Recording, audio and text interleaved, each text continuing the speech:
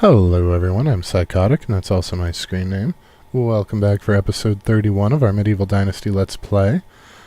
If you learned anything useful today or have a good time, please don't be afraid to drop a like. If you're feeling friendly, maybe go ahead and subscribe, but either way, let's go ahead and load in.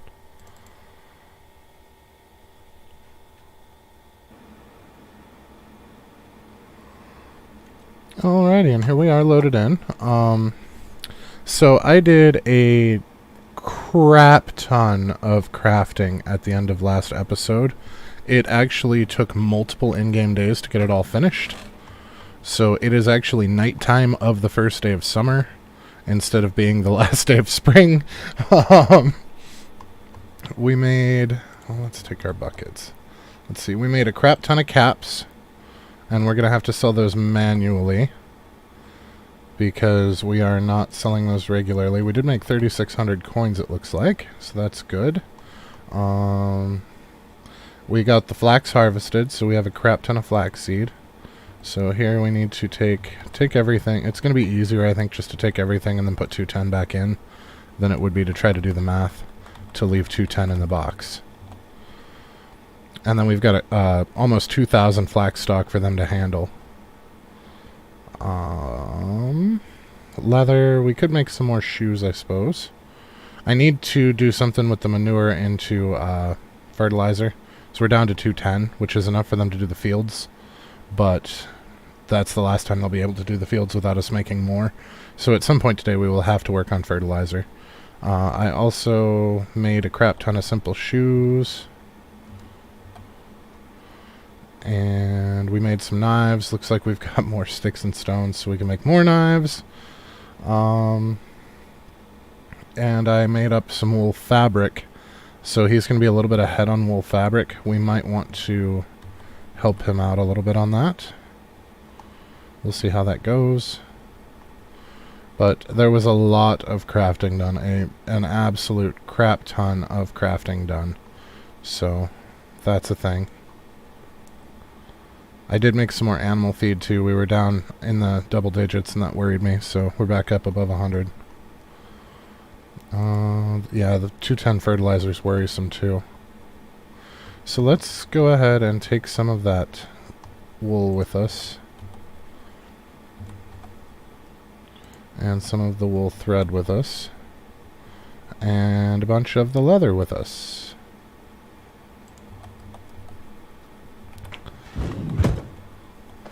Oh, we're going to need linen too. I didn't think about that. Did I use... I think I used all of the current linen. Yeah, we're going to need to take some flax stock and spin it. So let's see. Based on our wool, how much wool do we have total here? So we've got 10 wool, which means we're going to need 200 flax stock to make do with that. No, 300.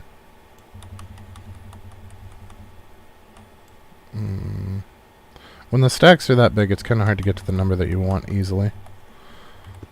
So the problem with setting up our sails to perfectly match our fabrication is when I do fabricate a bunch of things, they won't actually sell them, so we have to kind of account for that. So let's see. Okay, so we do need linen fab. Oh, it is a 1-to-1. I don't know why I thought... Oh, these are the ones that are 2-to-1. Okay. Okay, so, yeah, we'll just turn 20 of these, or 10 of these, rather, into... Or we can do one at a time. That's fine, too.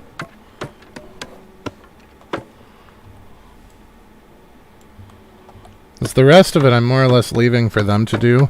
Whatever is left over at the tail end of winter, I will turn into things ourselves because I know that there's going to be more flax than we're going to get wool over the course of the year. But because the sheep are breeding and the skill level of the breeder is going up, I don't want to preload those because we could do the math and figure out exactly what it should be and do it now just to get it over with. But I don't want to preload that because those numbers might shift over the course of the year. So I think it's better to wait till towards the end of winter before we do that manually.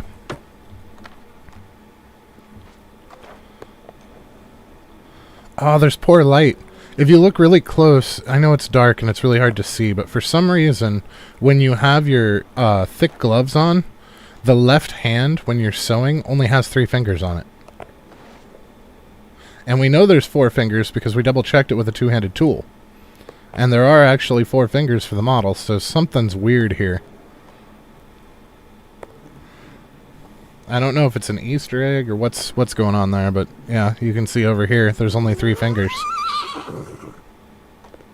Make it all the way. There we go, now it's a little bit lighter. You can see that there's only 3 fingers. I don't know what's up with that.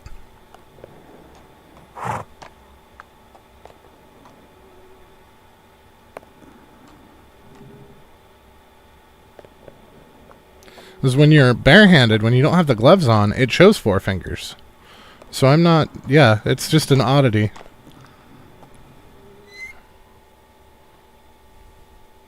Okay, if 18's coming in, and then we wait for 18 to spoil, so every 2 days they'll get 18, which makes it 9 daily. Yes. Yes, that works out. Because it has to come in, and then it has to spoil, and then we have to match it again for regular milk to actually... Because the spoiled milk makes the cork, and then the cork and the regular milk makes... So that 1.8 a day is actually 1.8 cheese every 2 days. And we're 1.8 buckets every 2 days for cheese. The problem with that is a bucket is 10, so it's not 1.8, it's 18. So that's 9 daily that we should essentially be making. So if we come down to our food stall, we need to make sure that the cheese is selling 9 daily. And we cannot do that and still... Okay, so a year is 12 days. So how long will it take to get through 169 flatbread? We would need to do 14 a day. Well, 15 a day for a year. So let's downgrade this to 15. And then we'll ramp this guy up. It's not quite to 9, but it's much closer than it was. So I feel like that'll work out. The flatbread should be sold off by the end of the year, and the cheese should even itself out. It will still be a little in excess, but we can fix that ourselves if need be. Looks like we do need to repair the pig stall, though. Okay, and they are missing cork, I believe. Yep. So what we need to do is make cork if we have anything spoiled. Do we have anything spoiled? We can actually look from here and we don't have to go. Oh my, do we have spoiled. Okay. Okay, so let's go and handle that. Let me tell you though, crafting for 2 game days, it took me a very long time to get the crafting done. And crafting for 2 game days made me very much regret my initial idea to go completely vanilla for this save. I really wish that I had changed the craft times. In the early game, it's important and it plays a part in the game and the mechanics and the economy. And it still does the economy in the late game as well. But when you have to make, 5,000 of something, it's a bit bigger of a deal than when you only had to make, 40. The downside is, short of crafting or harvesting certain materials, we've kind of put ourselves out of work with all of the automation. Like, there's not a terrible lot left that we actually need to maintain. That lady just ran into that dude.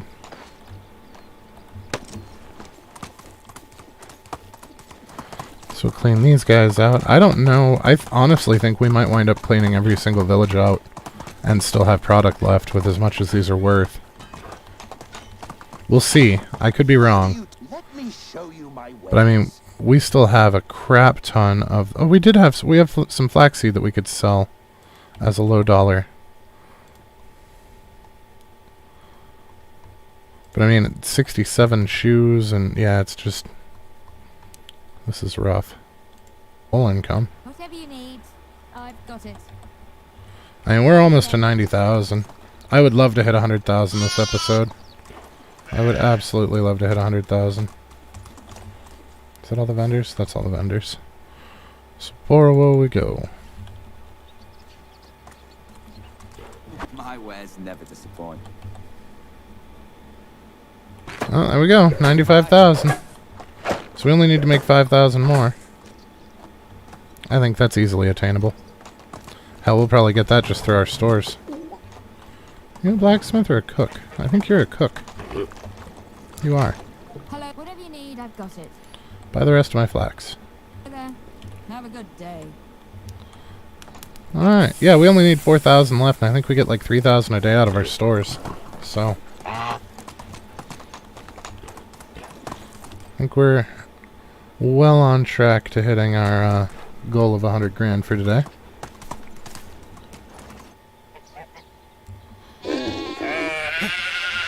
Thankfully, our son is the oldest by a couple of days of the children, so we can use him as a sounding board of when to start paying attention to children's ages for the apprenticeships.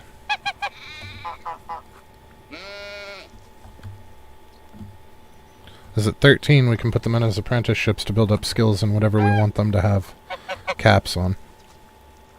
For our heir, since we get to play him, I think what we're going to do is we're going to put him into one of the slower skills. Whatever our lowest skill is, that's what we'll put him in to apprentice under.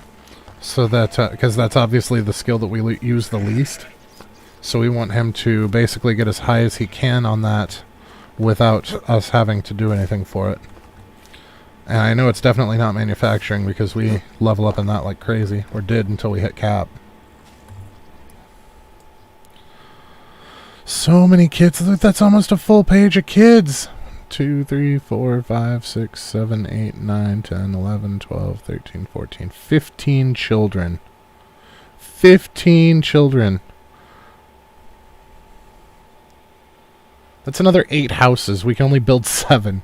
We're going to have to kick out people when the children come of age. We're going to have to. We don't have a choice. Because there are some buildings that we don't even have up yet. Like the apiary, the tavern. Shit. Oh,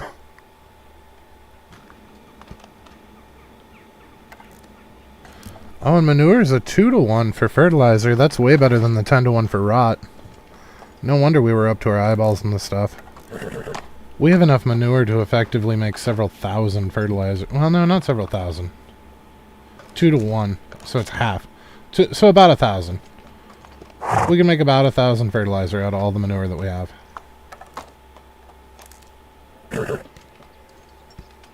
Oh, not too awful bad. I'm struggling through crafting on stream. I hate to craft on stream because it takes so long, but there was stuff that we actually needed to do. And I'm especially frustrated with it because of how much time I spent last night crafting. We went through 2 full game days of threshing and then turning the thresh stuff into flatbread, and it was kind of brutal.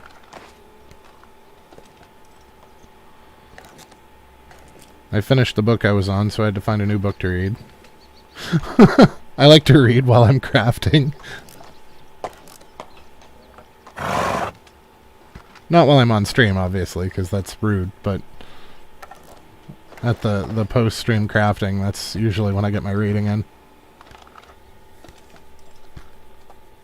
I'm really surprised that fertilizing a field increases your dirt as rapidly as it does, but making the fertilizer? Nah, that's fine.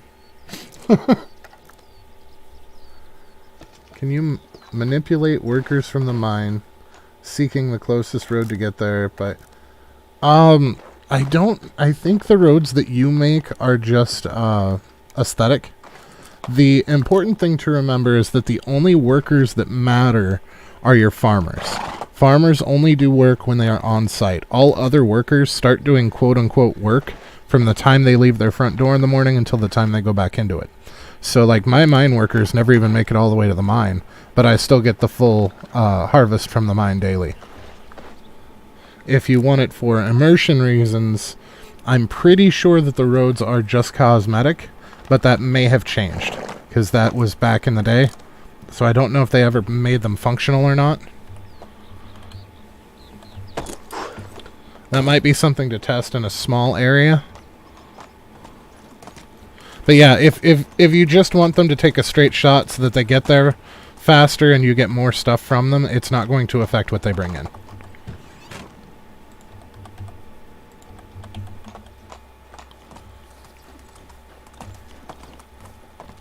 Are you seriously stuck in the wash tub?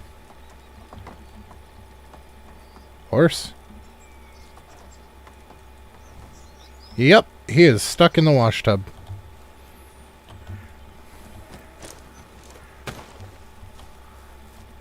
Oh, great. Now I'm stuck. Alright, looks like we're doing unstuck. Ugh.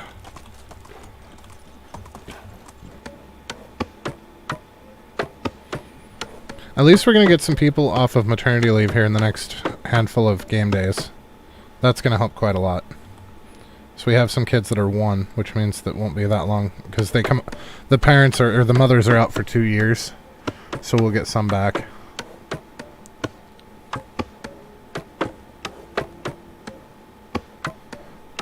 We're gonna have to kick some people out though, because we need more houses than we have build left just for the kids that we already have. So I think some of the parents, whatever parents are not as good as the kids, are going to get ejected just so we can keep the kids. The 2 years, the mothers are on maternity leave for 2 years. So 8 seasons.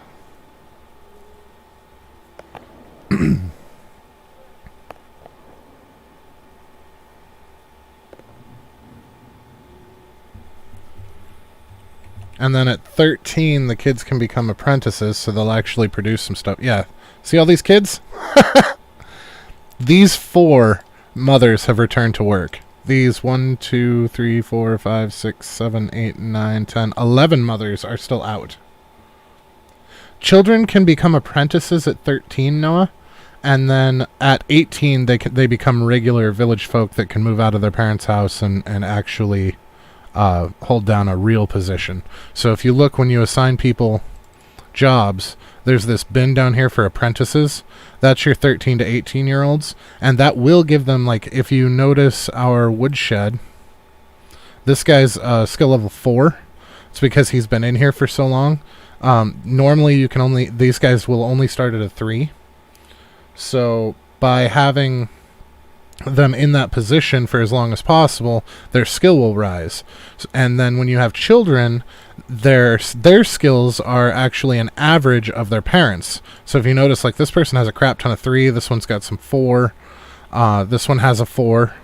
He's actually going to be a really good farmer if he's at 4 and he's only 1, and mine's at 5 and only has 2 4s. So once they hit 13, you assign them as an apprentice, and they will do some work in that position and still gain additional skill, which means hopefully by the time this kid comes off of apprenticeship, he should be like a 5 or a 6.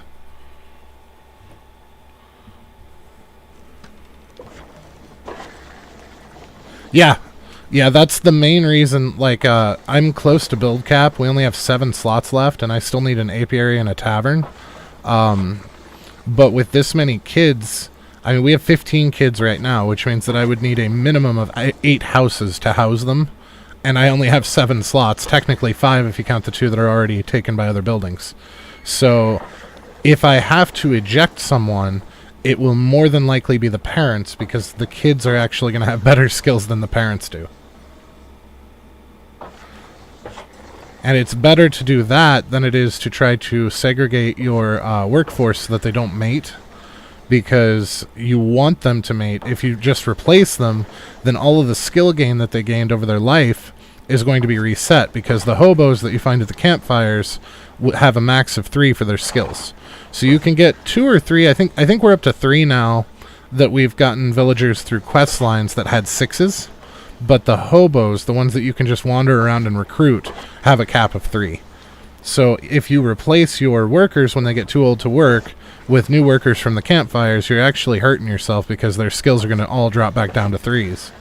Whereas with the kids, with the average, you're going to have better workers each generation, like you say. And that's the idea. I mean, they wanted a Dynasty game where, like, the longer you play, the better you are. Yeah, the important things to remember about breeding are the kids are an average of their parents' skills, so you always want to shack up a male and a female of the same skill. And by that I mean, if you have somebody that has a 3 in survival and a 3 in farming, whatever they're doing is what you want them to be mated with. So if you have another one that's only a 3 in farming, then you can't put the fisher, even though it has the 3 in farming, in with the farmer, or you're going to lose out because their fishing skill is going to go up, but their farming skill will not. So they'll be stagnant on that level. So you want 2 farmers that are actively farming to house together. And then the other thing to remember is that they will only form a family if they are between 0 and 20 years of age difference. If it's more than 20 years, they won't form a family or have kids.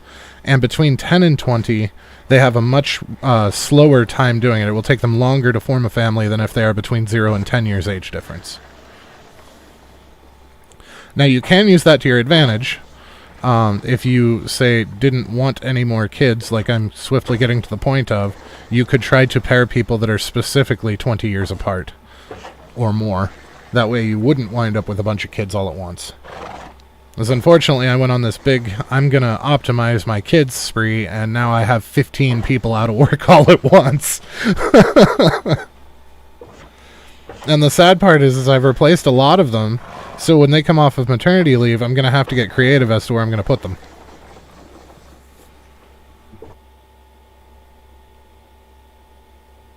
It's an average rounded down, but there is a level cap of 10, so that you can't have people better than 10. So essentially, if you have 2 10s have a kid, it's going to be a 10, and it would effectively be capped that way. I'm going to have all kinds of fun with changing around the smithies, though. As we currently have one set up making copper and tin, and then one turning copper and tin into bronze, and then one actually making tools. So we should be able to do like 1.5 making iron, and then 1.5 making tools. Which means we might be able to make quite a bit of money off the iron. Iron tools are a pretty solid source of income. Everybody seems to be on the same page with that. We will obviously do the cost-benefit analysis like we did 2 streams ago for iron as well, but I'm pretty sure that it's going to wind up either being the horseshoe or the scissors. Well, we're halfway there. Let's see if we leveled. Or at least how far... Oh! We did! We did! We don't have to finish all the knives.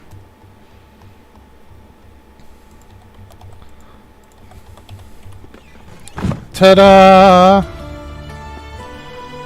And now we spend a bunch of hard-earned money on recipes.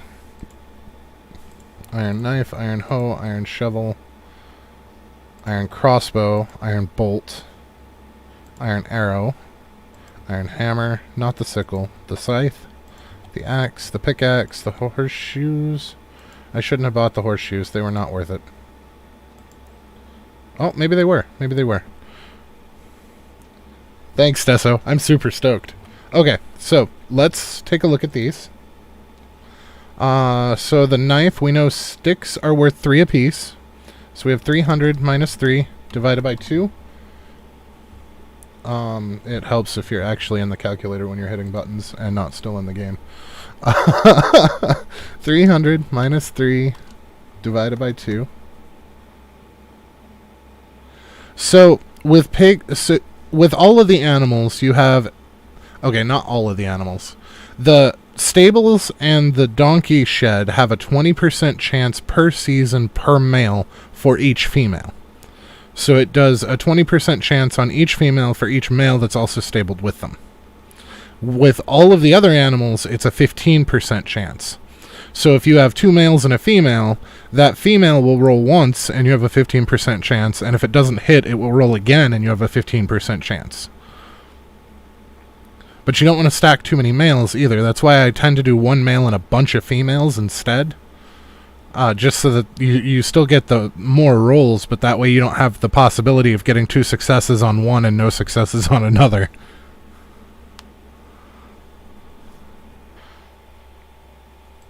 Okay, so based on the iron knife, iron is worth 148.5. So let's go ahead and pull up my...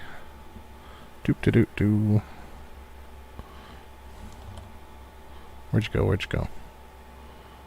My best items for money file. We're going to pull back up our calculator. So for iron, we are currently at 148.5 for the iron knife. Now, the iron hoe, so we know logs are worth 60. So if we take 300 minus 60 divided by 2, that's 120. So that's out. That's 20 less. That's going to definitely be out then. Well, maybe not. It's worth 500. So let's see. The iron shovel is 500 minus 120 divided by 4. Yeah, that's 95. The shovel is definitely not the way to go. The crossbow, probably not, but let's give it the benefit of the doubt. So with the crossbow, we are looking at 730 divided by... not divided. 730 minus 60. And then linen is worth 76.66. So we'll say minus 76.66 times 4. And then leather is worth 12.5, wasn't it? Yes. So minus 12.5. And then divided by 4. So that gives us 87 for the iron crossbow as a value for iron. So it is also not worth it. The iron bolts are... maybe. Maybe. I seriously doubt it. So let's take 130 because it makes 10. Minus 30 for the sticks. Minus 30 for the feathers. Divided by 2 is 35. No, that's absolute garbage. Just absolute garbage. 490, it takes a log. That's comparable to the iron hoe, isn't it? Yeah, that's going to be a no as well. Also going to be a no. Yep. The iron hammer should be the same as the iron knife. We knew that. The iron shears give us a value of 140. Oh, the iron knife is better than the iron shears.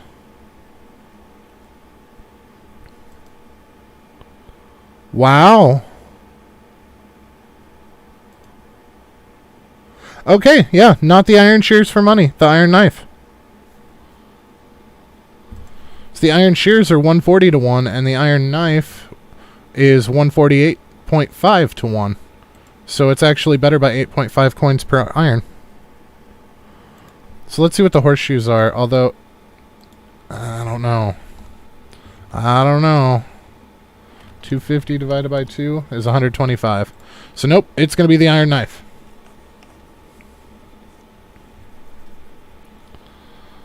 Or the iron hammer, but the iron knife's lighter, so the iron knife wins.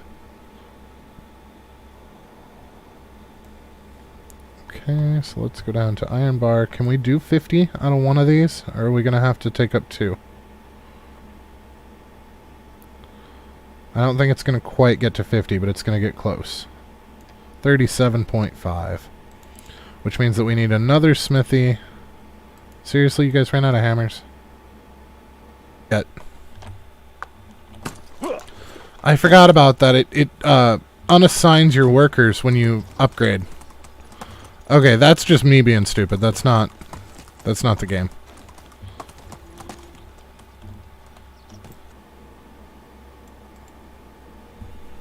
Well, here, how much? So this takes 3 durability per, and that's 37.5. So 37.5 times 3. That's 112.5 durability per day. So if we multiply that by 3 just as an average. Right? So we'll say that we need 337.5 durability per day for iron hammers. So how much durability does an iron hammer give us? An iron hammer has a durability of... It's not going to tell me there. And I don't have one. We're going to have to make an iron hammer. Alright, so an iron hammer gives us 600 durability. If we're going through 337 durability in a day,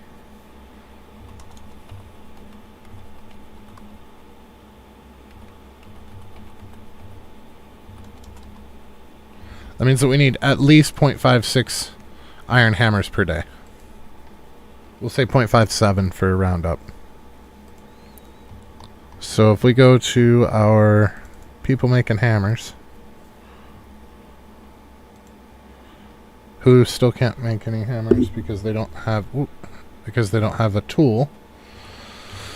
Oh my god. I guess we'll put the iron hammer that I just crafted into storage. Or no.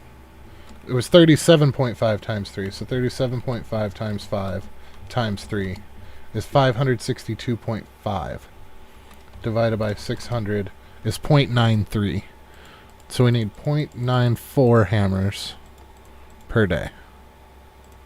Looks like 0.97 will do. Okay.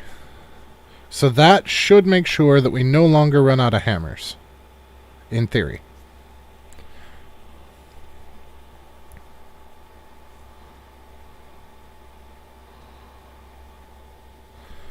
Now we could do the same, so if we look, because we only have the 2 woodsheds, and they're the only people that use axes. So based on everything that we have here, this uses 2 durability per day, or per harvest, none, 1, and 1.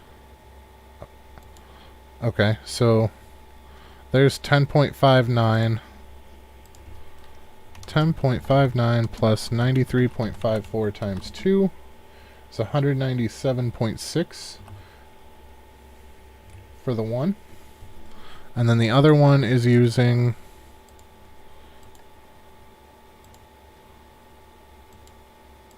1 and 1, so we have 197.67 plus 54.39 plus 27 point. Nope. 197.67 plus 27.97 plus 5.7 is 232 total. 232 divided by 5. Not divided by 5. 232 divided by 600 tells us that we need 0.38 iron axes per day. So if we come back here, we can take the bronze axe out. Go to the iron axe until at 0.38.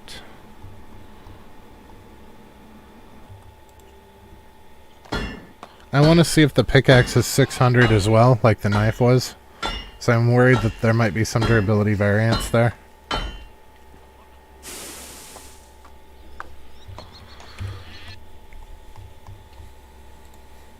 Nope, it's still 600. Like the iron shovel's only 500.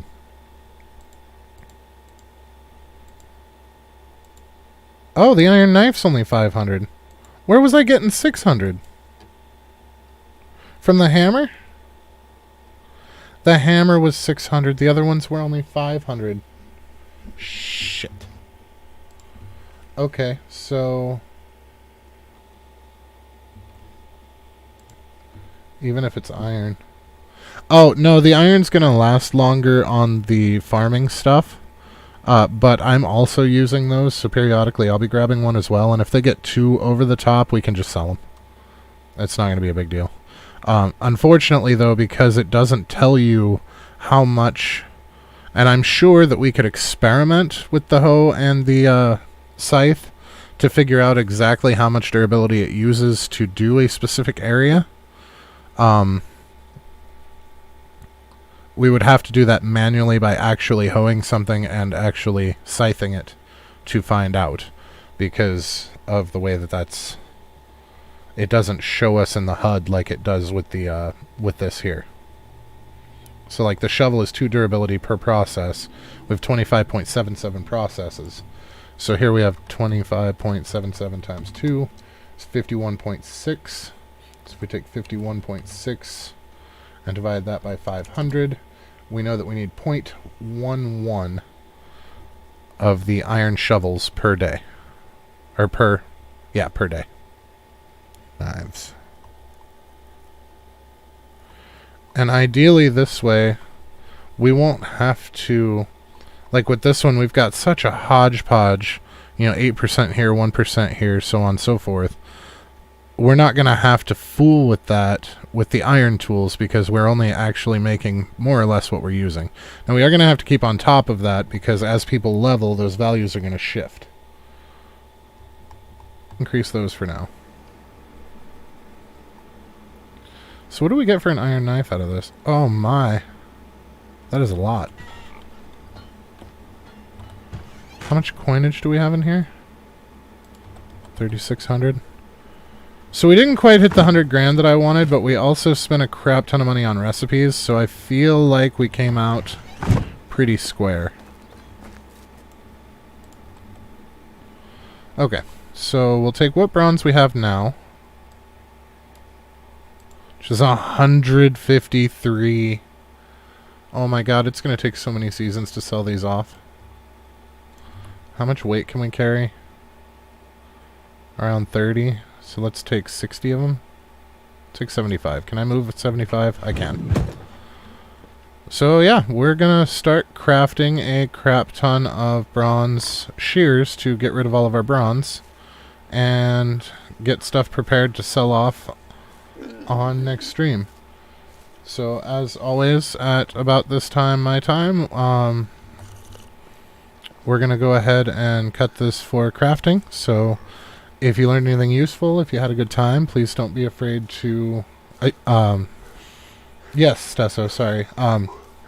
Absolutely win-win with the iron. I feel like everything worked out today, and that makes me very, very happy. But yes, if you learned anything useful, if you had a good time, please don't be afraid to drop a like. If you're feeling friendly, maybe go ahead and subscribe. But either way, have a fantastic rest of your day, and we will catch you guys next time.